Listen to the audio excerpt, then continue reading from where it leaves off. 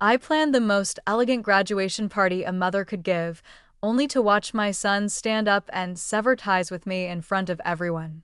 Then he turned and offered his blessing to my husband and his mistress. They thought I'd do what I always did, swallow it quietly and clean up their mess. But this time they were wrong. If Leo no longer wants me as his mother, then I see no reason to keep paying his tuition, covering his father's medical bills, or letting them live in the house I paid for. I'll be taking it all back. I spent 2 solid weeks preparing for my son Leo's high school graduation party. Every little detail, centerpieces, music, catering, I handled myself because I wanted that night to be unforgettable. He was valedictorian. He had an early admission letter from Harvard in his hand. How many moments like that does a person get in life? As his mother, I wanted to give him a proper send-off, a celebration that marked the end of his youth in the best possible way. What I didn't realize then was that I was rehearsing for one of the most ironic moments of my life. I stood in the second row, just behind a row of rose columns, watching Leo walk up to the stage after the MC called his name. He wore the navy suit I had custom made for him, stitched to perfection. "Look at him," I whispered to Diana, my closest friend and Leo's unofficial second aunt. "He looks like a grown man now." Diana smiled softly. "He should be proud of you, Jane." I smiled too, but didn't say what I was thinking. I hope so too. Then Leo spoke. "I have 2 announcements to make tonight," he said loud and clear. The microphone made his voice crisper than usual, almost unnaturally sharp. I assumed he was about to thank us, his parents. At the very least, I thought he'd acknowledge the years of work I put into building his future. But what came next felt like a slap across the face. First, I've decided to cut ties with Jane. She's no longer my mother. The room filled with quiet conversations and soft jazz music froze. Even with champagne flutes in hand and smiles half-formed, no one knew how to react. I stood there in silence, the whole world suddenly on mute. Leo didn't pause. His voice was steady, rehearsed, like he was reading a prepared statement. "Second, I'd like to offer my full support for my father and Ms. Martha's relationship. I hope our friends and family can accept and bless their future together." My ears began to ring. I could hear the sharp intake of breath from guests nearby, the clink of glass against glass, the echo of my heart falling into a deep hollow place. Martha stood beside my husband, Greg. Her eyes were red, her hands twisted nervously in front of her. She bit her lip and looked down, playing the victim like she'd just been blindsided. Greg stood there silent, no denial, no explanation, just a light pat on Martha's back, a quiet endorsement of everything Leo had just said. Then Martha let out a dramatic sob, turned, and fled the room, covering her mouth as if she had just been humiliated. Greg followed closely.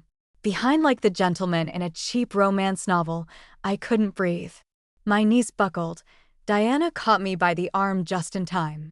I tried to speak, but my throat locked up. Leo looked straight at me, his expression cold, victorious. His words sliced through the air like a final verdict. "You should just live with your money, Jane. People like you don't deserve families." I gripped the nearest chair, my fingertips numb.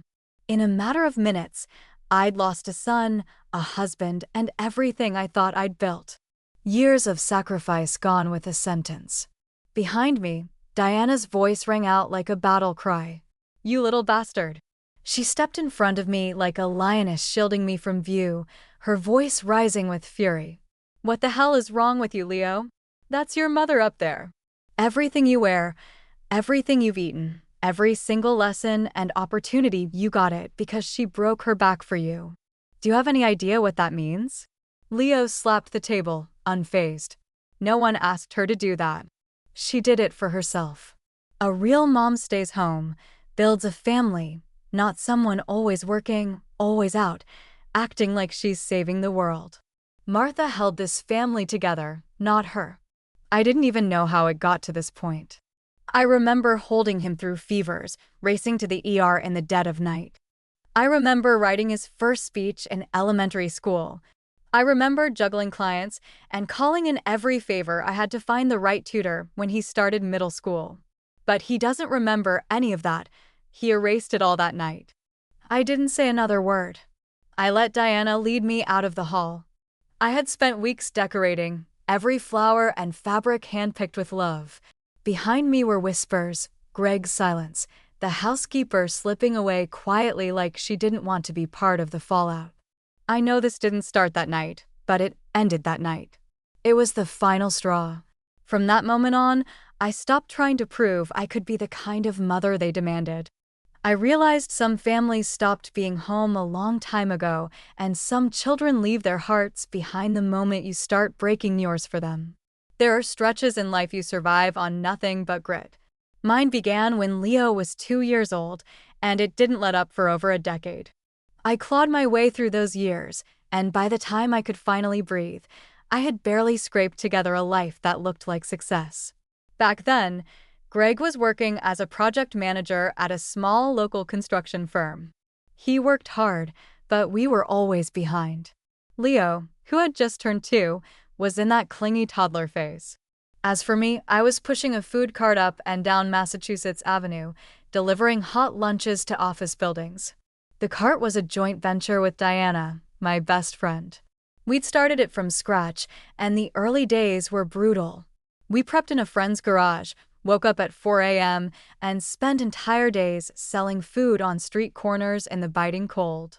After the lunch rush, I'd race home, clean up, bathe Leo, and get him to bed. And then dive into accounting, inventory, and prepping for the next day. I was a machine, no pause button, no backup, and none of it was seen. None of it was appreciated, not even by Leo. He remembers the company I eventually built. He doesn't remember the part where I had to scrape together daycare fees by wearing discount work boots and hauling vats of soup through a snowstorm. But eventually, the food cart took off.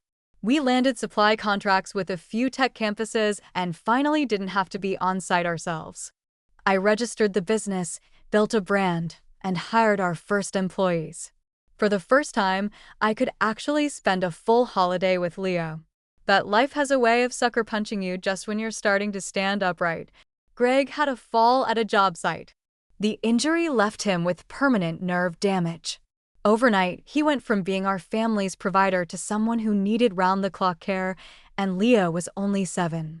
I had a choice to make: shut everything down and become a full-time caregiver, or double down and become the kind of woman who could truly carry the future on her own. I chose the latter, so I started leaving the house at 6 a.m. and getting home after 9 p.m., 6 days a week.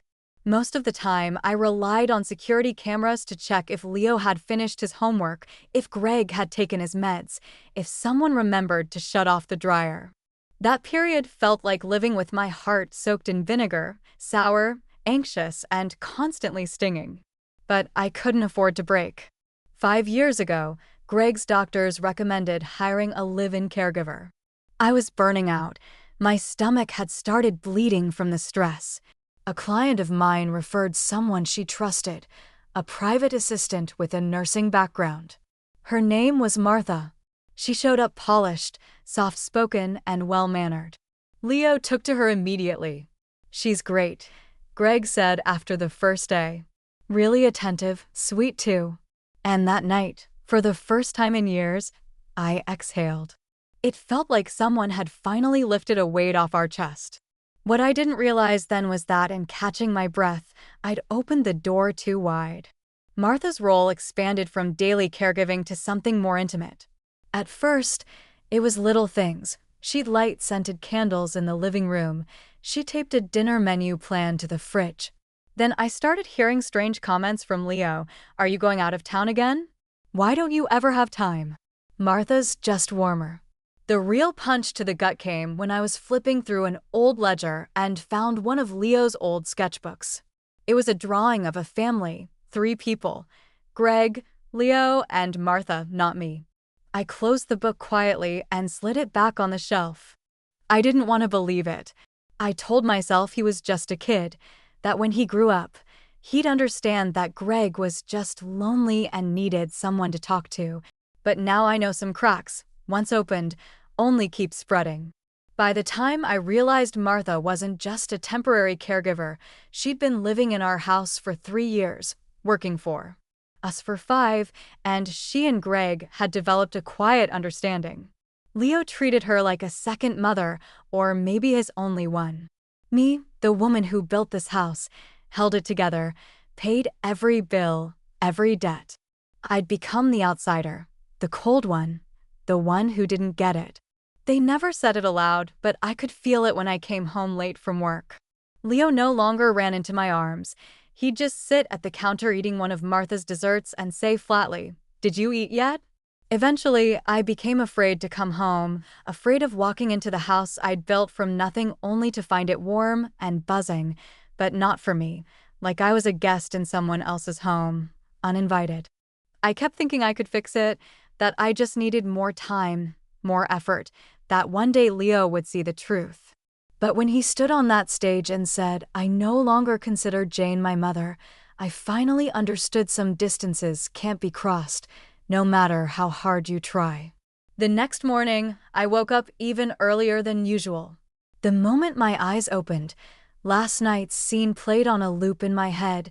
Leo on stage, his 2 sentences magnified, repeated, crushed into my chest like wet cement.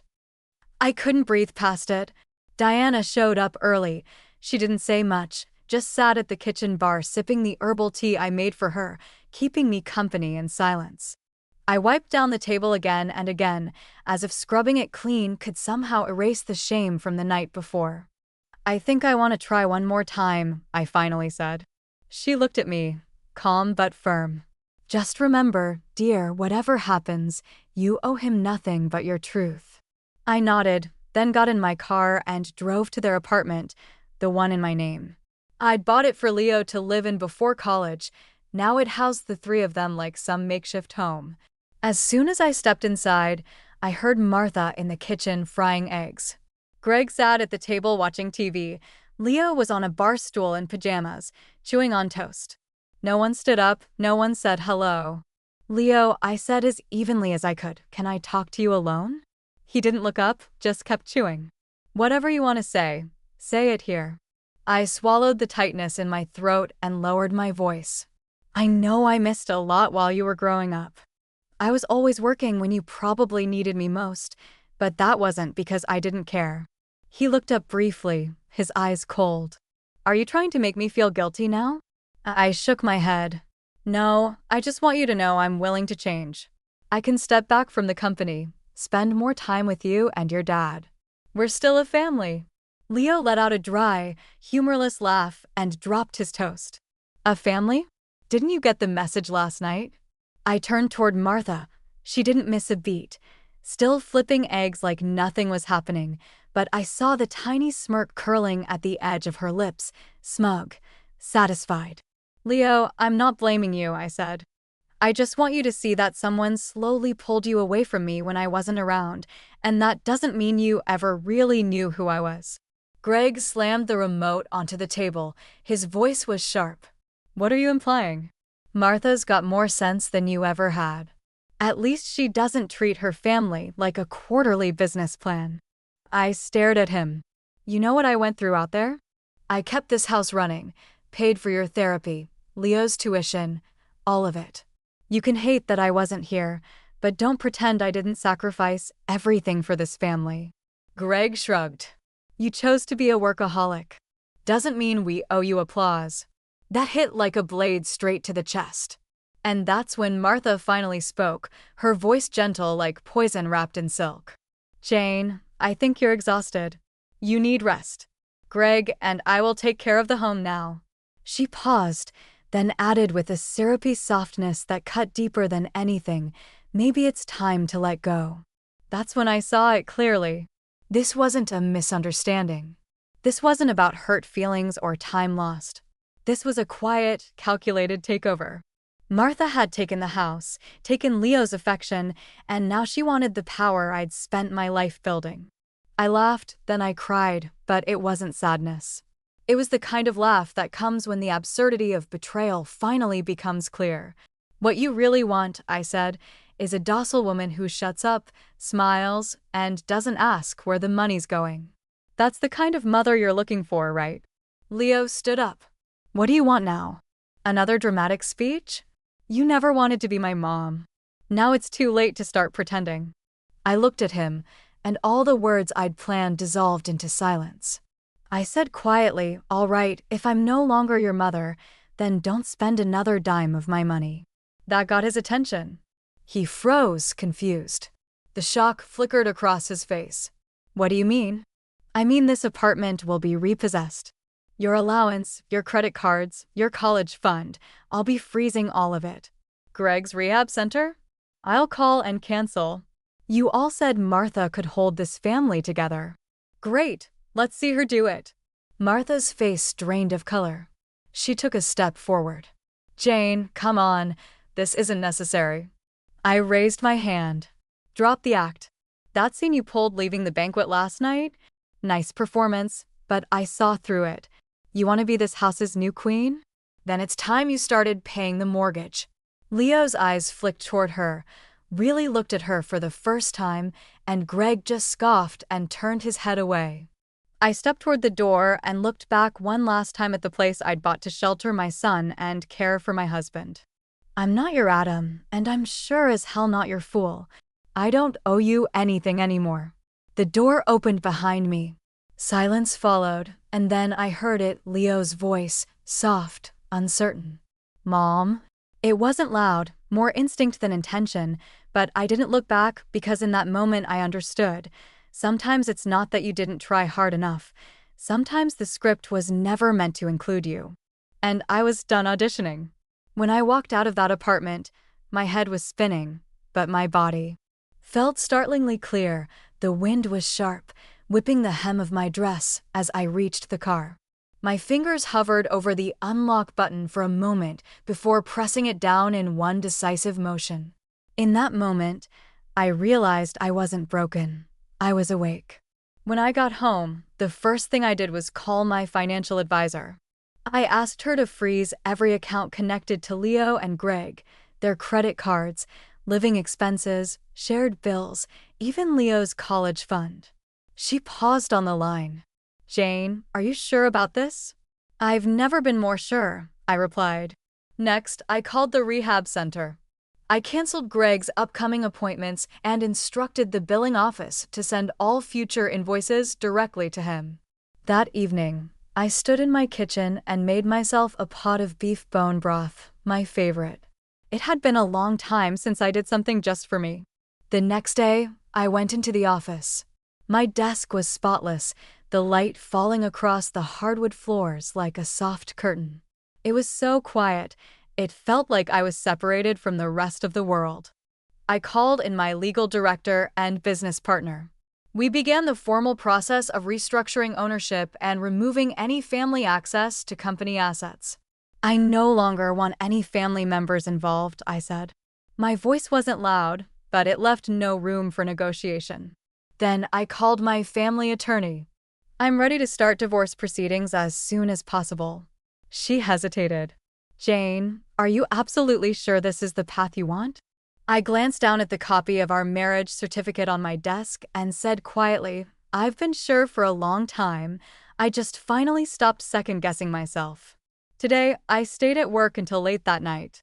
When I finally closed my laptop, I sat by the window and watched the lights flicker on across the city. The car lights along Massachusetts Avenue moved like a river. Far off in the harbor, a lighthouse blinked steadily, and for the first time in years, a sense of calm began to drift from my shoulders to my chest. I knew I needed to leave that house, not because I no longer belonged, but because it had never truly welcomed me. The following morning, I packed a small suitcase and my laptop, then drove north to a little apartment I'd bought years ago, thinking it might be my retreat when I retired. It wasn't big, but it was quiet, and when I opened the windows, I could see the ocean. I didn't tell anyone I was going. I didn't leave a note. I didn't glance back at the house I had traded 15 years of my life to afford, even though I was about to put it on the market. There was nothing left there for me to take. I didn't turn on the TV. I didn't check my phone. I just sat on the balcony, letting the sun warm my face. Below, kids zipped by on skateboards, and the wind rattled through the eaves. For the first time in forever, I felt something I couldn't quite name. Not freedom, not happiness, but stillness, like someone who'd finally stopped running while dragging a weight behind her. I spent the rest of the day sorting through old files. I deleted the synced photo albums from Leo's childhood. I removed Greg's name from my contact list. I submitted a request to my bank to update the beneficiary on my accounts, and I booked a meeting with my estate attorney to revise the trust. After I cut them off, I didn't reach out, but news still found me. The first call came from my property manager, Miss Thompson. The townhouse on Parkside Lane has been officially reclaimed, keys returned, previous occupants cleared out.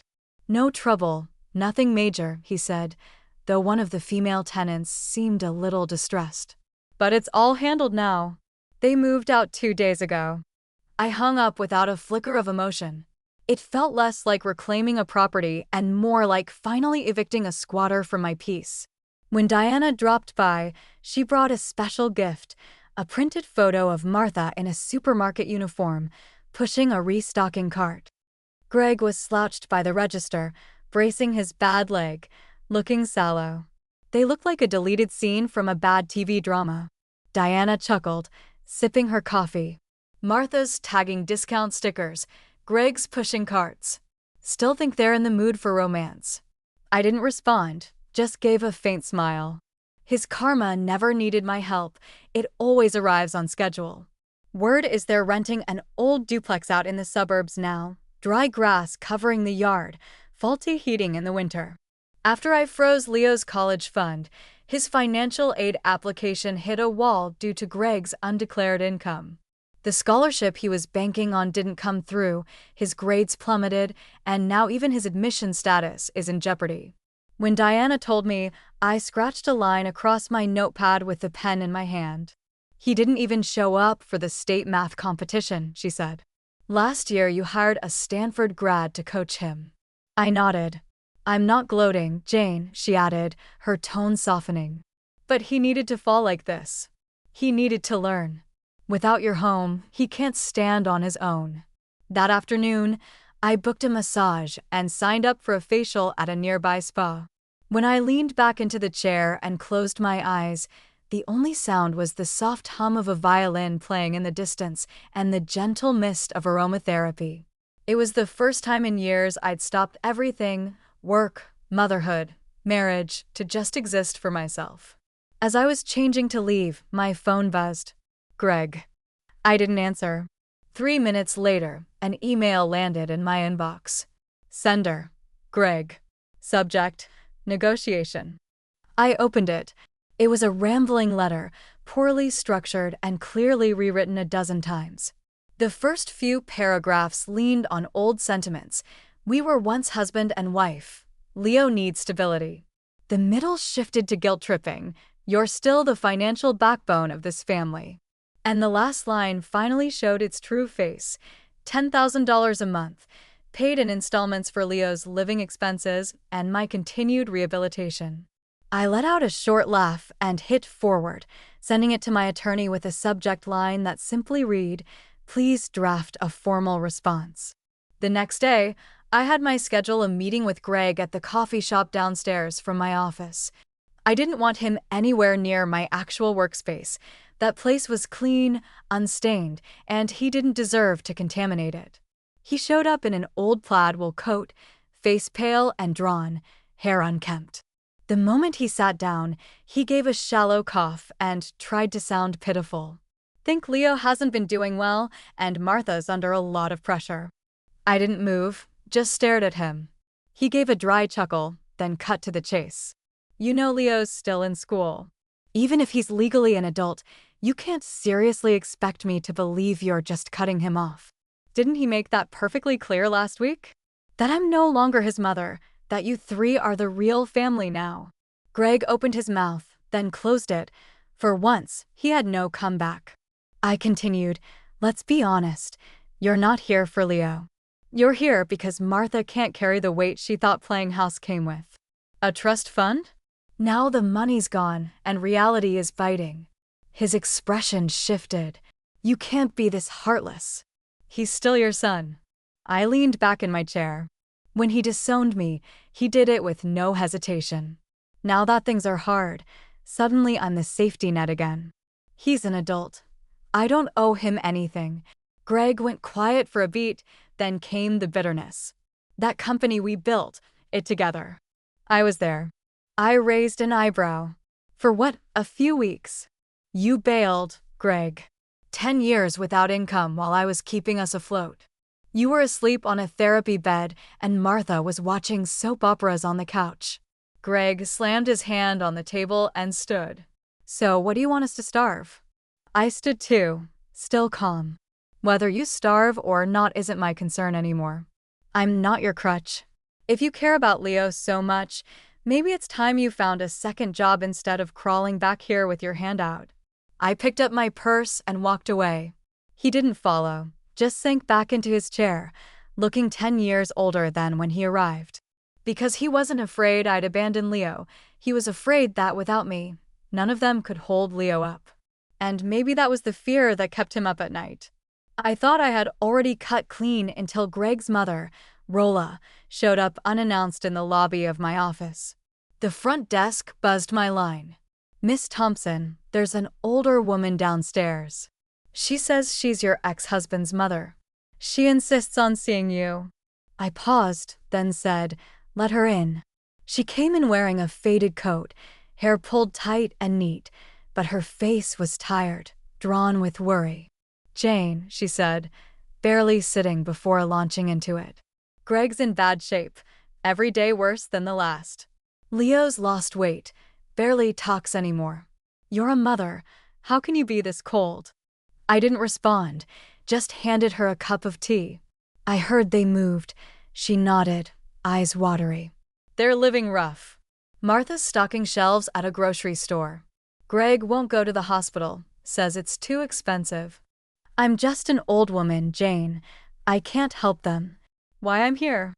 I thought of the email Greg sent me, his desperate plea for $10,000 a month, and smiled slightly. They downed me. Remember, I said. She faltered. The forced smile on her face cracked, but she quickly covered. Leo didn't mean it. It was heat of the moment stuff. He's your son, Greg. He was your husband, ex-husband. I corrected her. The smile froze. So your family, you can't just watch them suffer.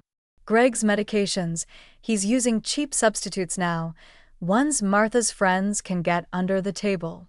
She reached into her bag and unfolded a piece of paper, laying it on my desk like a final plea. This is last month's medical bill. Just take a look. Maybe there's something you can do. I looked down at the paper and nodded. I'll take a look. She let out a shaky breath, thanked me repeatedly, and left. But I kept staring at that list long after she was gone. It wasn't the amount that caught my eye, it was the unfamiliar names of the medications. That night, I pulled Greg's official treatment plan from years ago and compared it line by line. Some of the drugs didn't match at all. Something was off. I didn't call Rolla back.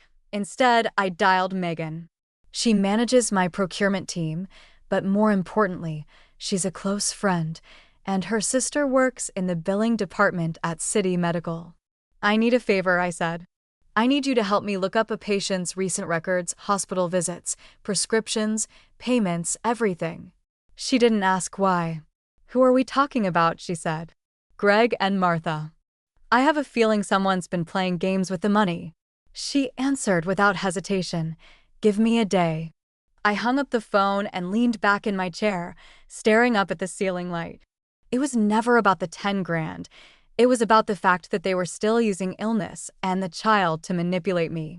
That same tired card played once again to bind me into guilt.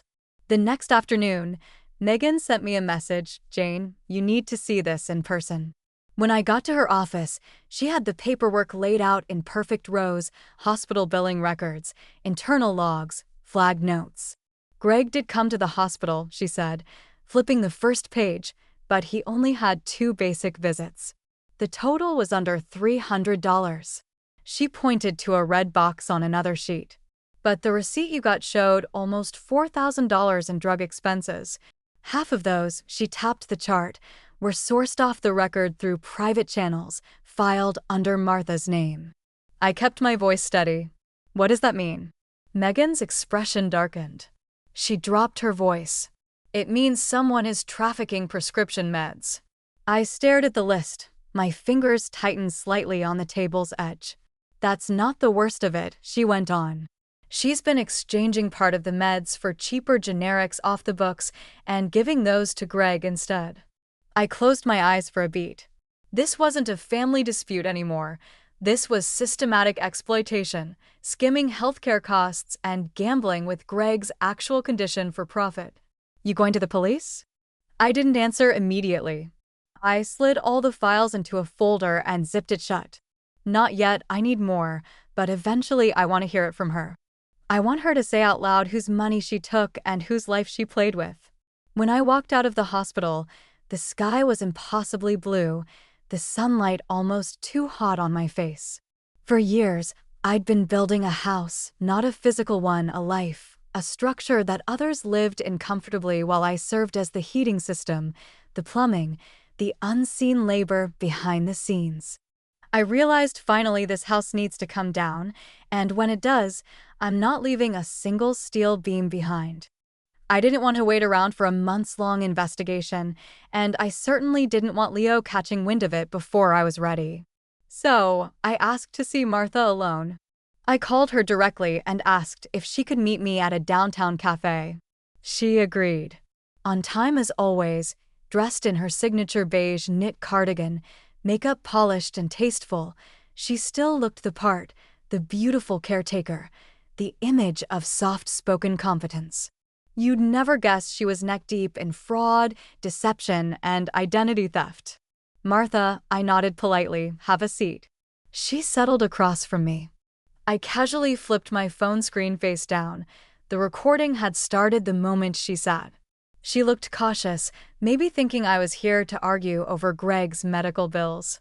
She began with her usual soft-spoken preamble. I know you're still upset with Leo. He didn't mean everything he said.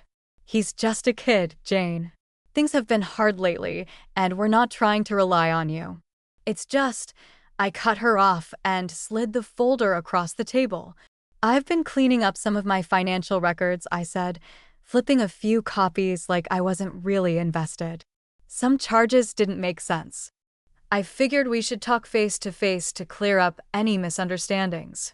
Her fingers froze as she opened the folder. Her face changed instantly.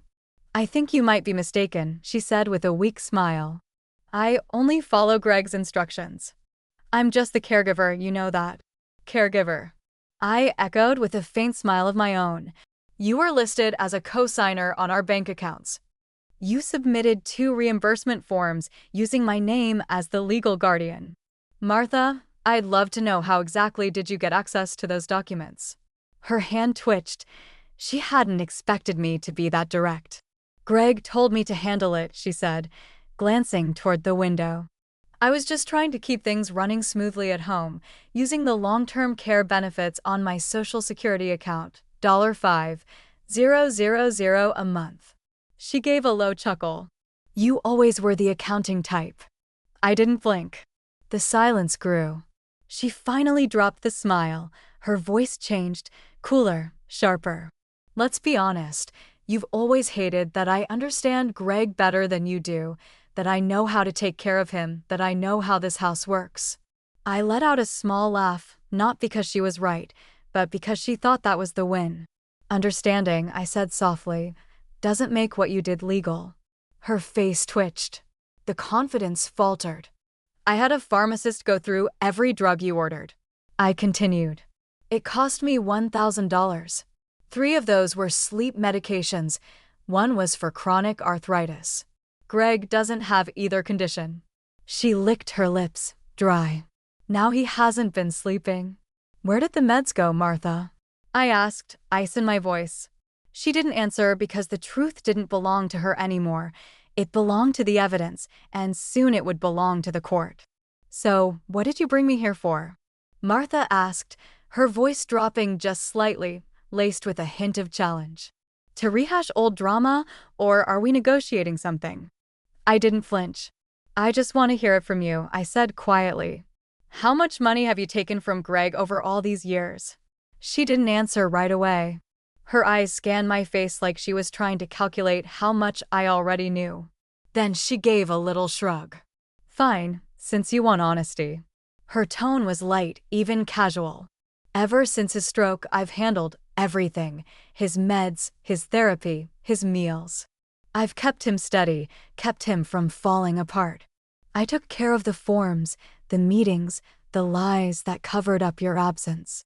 She leaned in, dropping her voice to a whisper like we were swapping secrets, not stacking evidence. I pulled money from his accounts, sure, but that was earned.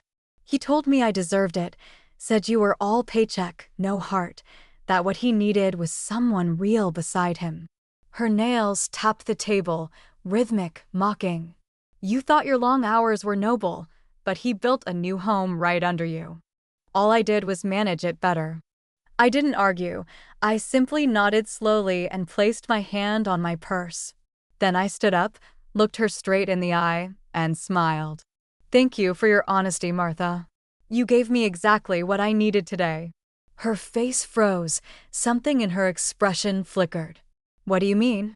I turned away and said quietly, I mean the truth, when spoken aloud, can be worth a lot more than a lie. And I walked out of that cafe into the bright sun, the air rich with roasted coffee and caramel. I didn't look back. I already knew she'd rushed to cover her tracks. Maybe she'd run to Leo and cry that I was delusional, unstable, cruel. What she didn't know was that a backup copy of the recording was already in my attorney's hands. He had never seen me as a threat, but I wasn't the woman who used to shuffle between the kitchen and the boardroom trying to earn love with casseroles and contracts, not anymore. She thought I was still the woman who would trade everything for peace at the dinner table. He was wrong. The recorder in my purse was still running, but I knew I had all I needed. It was enough, more than enough. I didn't go home after the cafe. I took a cab straight to my attorney's office. Not the old-school man who handled our family trust, but the firm Diana had recommended, young, sharp, unapologetically fierce, and focused on women's rights. We received the audio copy you mailed in, Kelly said as she put on her headset. But it's good, you're here in person. I've got a few details I want to clarify. I nodded and sat hands folded on my lap. I don't want to wait. I want to sue her, Martha and Greg too, if any of the paperwork has a signature on it. Kelly set the headphones down and gave me a long look. You should know they'll likely come after your mental fitness, try to paint you as emotionally unstable. They'll want the court to believe you're not capable of managing family finances. They might even try to revoke your role in the trust. I know, I said calmly. That's why I came to you. I'm not looking to survive this quietly. I'm looking to win. She smiled. Then let's get to work. For the next few days, I turned myself into a one-woman legal task force. I combed through years of bank statements, printed emails, Greg's property transfers, and Martha's benefit claims. I highlighted, flagged, and cross-referenced. I knew exactly how to dismantle a mess. I'd done it 100 times for my company. This time, I was applying every ounce of skill to my own life. This time, I was the project and the outcome. Take back what was mine, clear out those who tried to climb on my back to rise. A few days later, Kelly called. The transcript from the recording is complete. It's more than enough to file civil charges for financial fraud. We can also notify the Department of Human Services regarding the benefits abuse. Are you ready to proceed? I turned to look at the drawing still hanging on the wall. Leo's sketch from when he was 12, Greg in the kitchen baking a pizza, me in the corner smiling at them both. I stood up, pulled it down, and dropped it into a cardboard box. I'm ready, I said, and I'm not waiting for them to come to me. I want them blindsided. For days after the lawsuit was filed, my phone rang. Leo's voice was familiar but colder than I remembered. Have you lost your mind, Mom? I leaned back on the sofa. You'll have to be more specific. You're suing Martha. You know this will destroy Dad, right? He can't handle court proceedings. I closed my eyes, fighting the sting behind them. I could have gone to the police. I didn't. I chose the legal route. Transparent civil silence. Then what do you even want? I gave a quiet laugh. You've all said for years that I only care about money, so that's where I'm starting, by reclaiming everything I paid for. He hung up. I didn't cry. Instead, I walked into the kitchen and opened the drawer where I kept all the things I hoped I'd never need.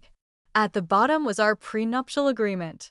There, in a tucked-away clause, it stated, if one party commits fraud or conceals major medical decisions, the other reserves the right to rescind joint asset agreements. I had signed it once out of fear. Now it was my weapon. That night, I slept better than I had in years. At dawn the next morning, Diana knocked on my front door holding a newspaper in one hand. Have you seen this? She asked, laying the Morning Gazette flat on my kitchen table. There, tucked in the bottom right corner of the front page, was a brief, easily overlooked story. Private caregiver under investigation for identity theft and benefits fraud. Police confirm active case.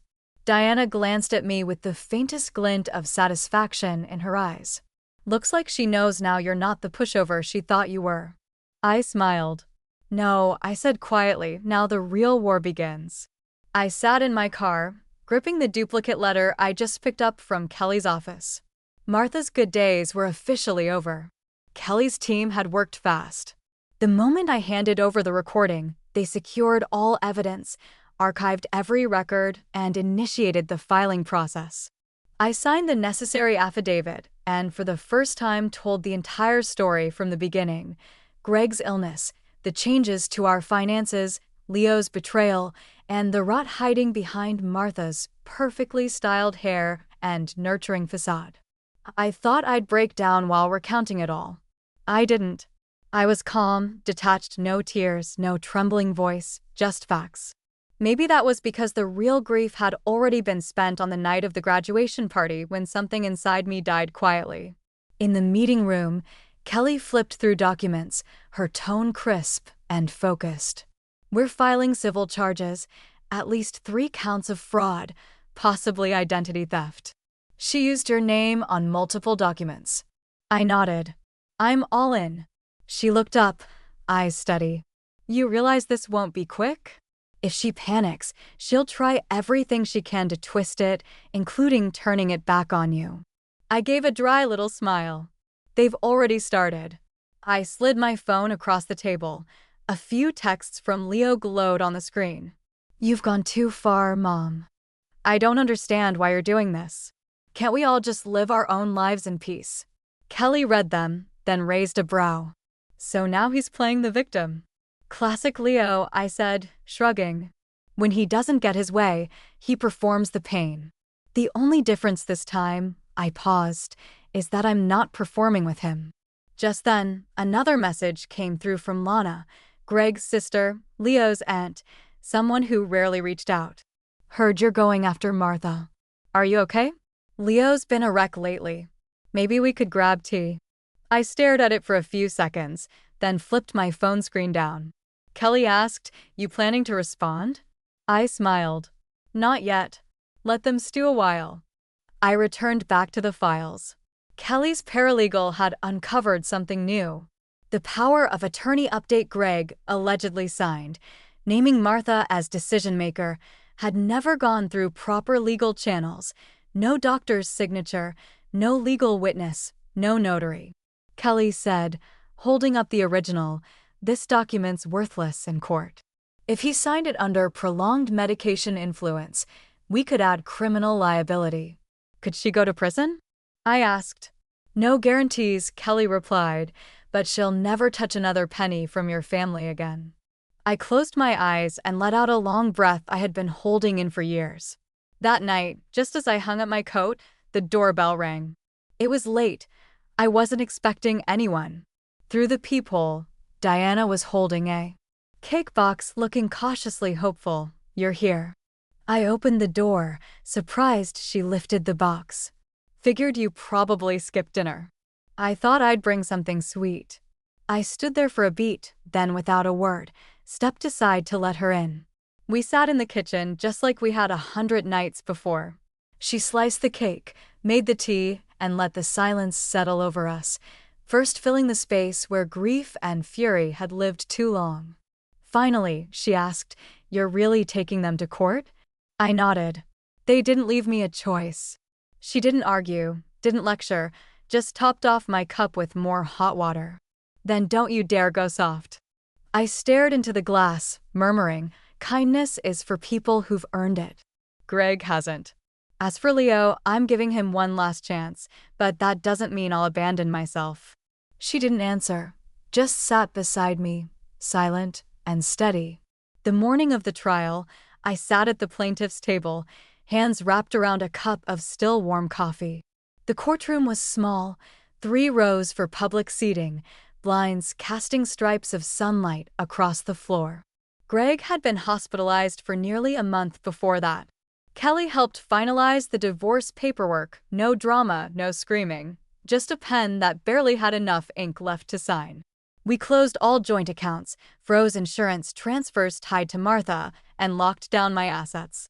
Greg, too weak to appear in court, had signed a voluntary dissolution of marriage in the presence of a doctor and attorney. Now it was Martha Holland standing on the other side. "Does the defendant understand the charges being brought against her?" the judge asked. Martha didn't look at me, she nodded. "No makeup today." Her gray sweater looked worn thin.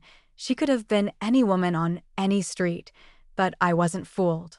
Kelly stood, her voice firm as she presented the evidence. "We submit records of unauthorized account changes, pharmaceutical purchase orders, falsified subsidy applications, and a recording in which the defendant admits to the actions under question." When the tape played, it was as if the air froze over. Martha's voice filled the courtroom, soft, measured, disturbingly calm. "Of course I used his money. That was my payment. You think I was doing this for love, for family?" The verdict was clear. The court ruled that Martha had engaged in financial misconduct and identity fraud. She was ordered to repay all confirmed stolen funds and would face criminal charges pending further investigation. I didn't look at her. I was watching Leo. Leo sat in the gallery, pale and motionless, his hands clasped tightly together. He didn't move, didn't blink, as if frozen into the moment, carved into stillness. It wasn't until Martha, under repeated questioning, finally admitted to manipulating Greg's compromised mental state to change parts of the financial authorizations that something in Leo cracked. His eyes widened. He wasn't wearing the mock turtleneck sweaters Martha had always picked for him. Instead, he'd pulled on his old college jacket. But clean, and in that moment, he looked like a young man who had finally stepped out of the fog, disoriented, standing in the heart of the truth, not sure whom to blame or even where to begin. The final judgment wasn't harsh. Martha was ordered to repay $120,000 in misappropriated funds and sentenced to 18 months of community correction. But it wasn't the sentence that broke Leo, it was the collapse of everything he thought was home. I didn't stay to see them leave the courtroom. Instead, Kelly and I moved on to finalize the last piece of my own chapter. My divorce from Greg was now officially filed and processed. Under our prenup, I retained my original capital and all individual income streams. The assets acquired during the marriage, Greg's portfolio gains, the coastal house, several trust accounts, and a portion of his retirement fund, were split according to agreement. I kept the old house, and from my share, I established a new trust to fund care resources for patients with Parkinson's disease. That night, when I got home, Diana was already waiting in my living room. She sat with a cup of red tea, eyes gentle but lit with something quietly fierce. "You won," she said. Then she added with a half-smile, "Even your revenge was elegant." I set my bag down and allowed myself a small laugh. "I didn't win. I just stopped running." He nodded, then paused. "Leo came by," she said. "He wants to apologize in person." I didn't answer right away. "Do you want to see him?" she asked. I shook my head, then nodded, then finally said, "Not yet." A few days later, I received a letter in the mail. The envelope was folded by hand, neatly, carefully. Inside, the note was brief.